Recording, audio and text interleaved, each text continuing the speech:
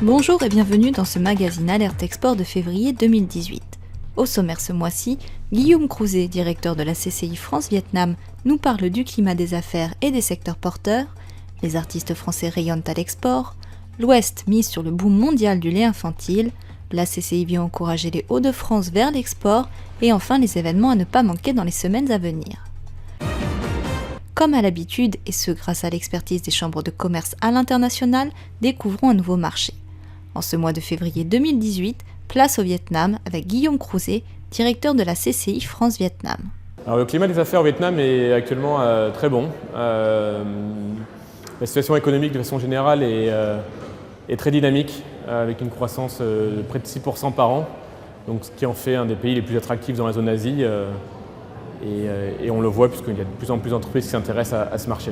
Alors les secteurs porteurs pour le Vietnam, pour les entreprises françaises, je dirais que le marché agroalimentaire au sens large est un secteur avec plein d'opportunités à explorer, que ce soit sur l'amont de la filière, l'alimentation animale, tout ce qui est transformation agroalimentaire, mais également la distribution de produits un peu plus gourmets.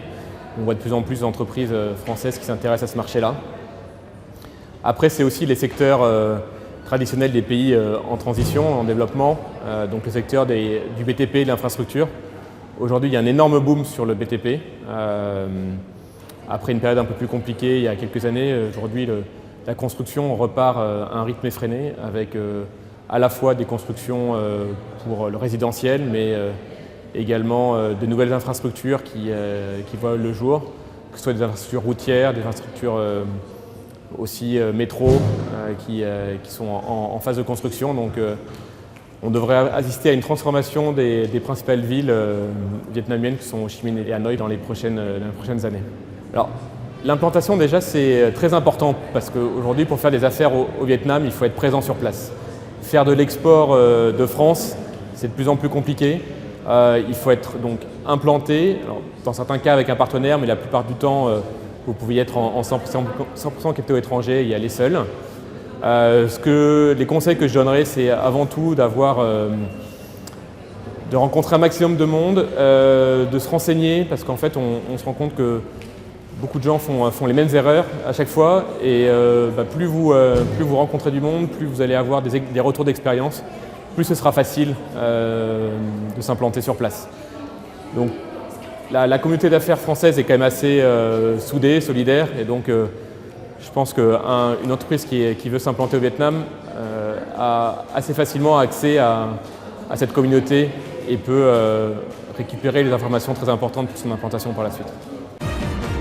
Date de concert à l'international, présence tricolore au célèbre festival de Glastonbury, Lollapalooza, Coachella, Grammy Awards, un Golden Globe. Les artistes musicaux français ont le vent en poupe en 2017. La raison, un franc soutien à la fois logistique, financier et promotionnel apporté à près de 500 projets par le Bureau Export, une association chargée d'accompagner la filière musicale française dans son développement international. Nous avons dénombré 3000 représentations de spectacles français à l'étranger l'an dernier, près de 70 albums ou singles certifiés or, platine ou diamant et 8 milliards de streams enregistrés par 55 titres musicaux, a souligné Marc Thonon, directeur du bureau export au journal Les Échos. À l'heure actuelle, l'export représente plus de 20% des revenus des producteurs de spectacles et près du quart de celui des labels indépendants. Un enjeu de taille à l'heure du numérique et face à la concurrence des pays anglo-saxons notamment. Les prochains défis, une augmentation des subventions du bureau export et la conquête de nouveaux marchés tels que la musique de film à Los Angeles, l'Afrique, l'Amérique latine et la Corée du Sud. Alors que l'affaire Lactalis ternit et pour cause la réputation de la filière française du lait, les industriels de l'ouest de l'Hexagone, Bretagne, Pays de Loire et Normandie, misent massivement sur le boom du marché mondial du lait pour bébés, a relaté le journal Ouest France dans un article en date du 6 février. Folie ou esprit visionnaire ? Si le marché européen du lait est déprimé par la surproduction, avec notamment un stock de plus de 400 000 tonnes de poudre de lait basique, acheté par la Commission européenne pour enrayer la chute des cours, le marché du lait pour bébés reste en forte croissance. Le chiffre d'affaires de la filière représente en effet près de 30 milliards d'euros. À titre de comparaison, la consommation de la France ne pèse qu'à hauteur de 600 millions d'euros. Si 46% de l'alimentation infantile sont encore réalisés en Amérique du Nord et en Europe, les pays en développement progressent. En 2014, plus 37,3% en Amérique latine, plus 16% en Afrique et au Moyen-Orient. En Chine, où la natalité explose depuis la fin de la politique de l'enfant unique, 17 millions de naissances en 2014 sont à recenser, on privilégie les marques étrangères depuis 2008, date du scandale du lait à la mélamine, qui avait causé la mort de 6 nourrissons et rendu 3000 bébés malades. Se positionner à l'international et par le biais des ventes en ligne représente donc un choix stratégique extrêmement fructueux dans les années à venir. À titre d'exemple, entre 2000 et 2015, la production de lait infantile exporté est passée de 114 millions à 690 millions. Un nouveau dispositif vient d'être lancé par CCI International, organisme de la Chambre de commerce Hauts-de-France. Le plan Booster Exportations, composé notamment du compte individuel export et qui sera bientôt soumis au vote du Conseil régional. Nous identifions les besoins de l'entreprise à l'international, nous mettons en place un parcours qui peut comprendre des prestations de la CCI internationale et celles de partenaires privés.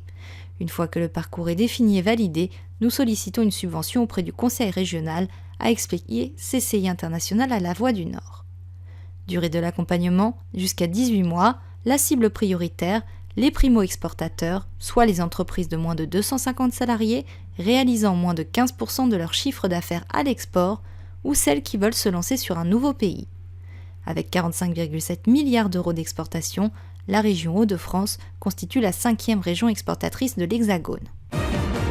Enfin, parmi les événements à ne pas manquer dans les semaines à venir, Build Interest organise en France et aux Pays-Bas 2 roadshows sur l'innovation financière pour des bâtiments économes en énergie, le 9 mars à Paris et le 19 avril à Amsterdam.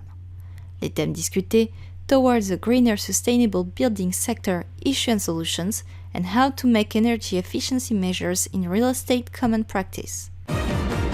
Testing France reprend du service. Importateurs, distributeurs et cavistes se retrouveront afin de promouvoir les vins et spiritueux à l'export à Milan, Zagreb et Zurich du 26 février au 1er mars, puis à Londres du 26 au 27 mars pour un testing crémant.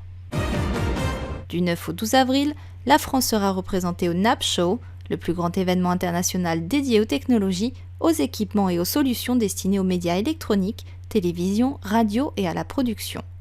Plus de 100 000 professionnels issus de 187 pays discuteront des problématiques et avancées du secteur. Merci de nous avoir suivis, rendez-vous le mois prochain.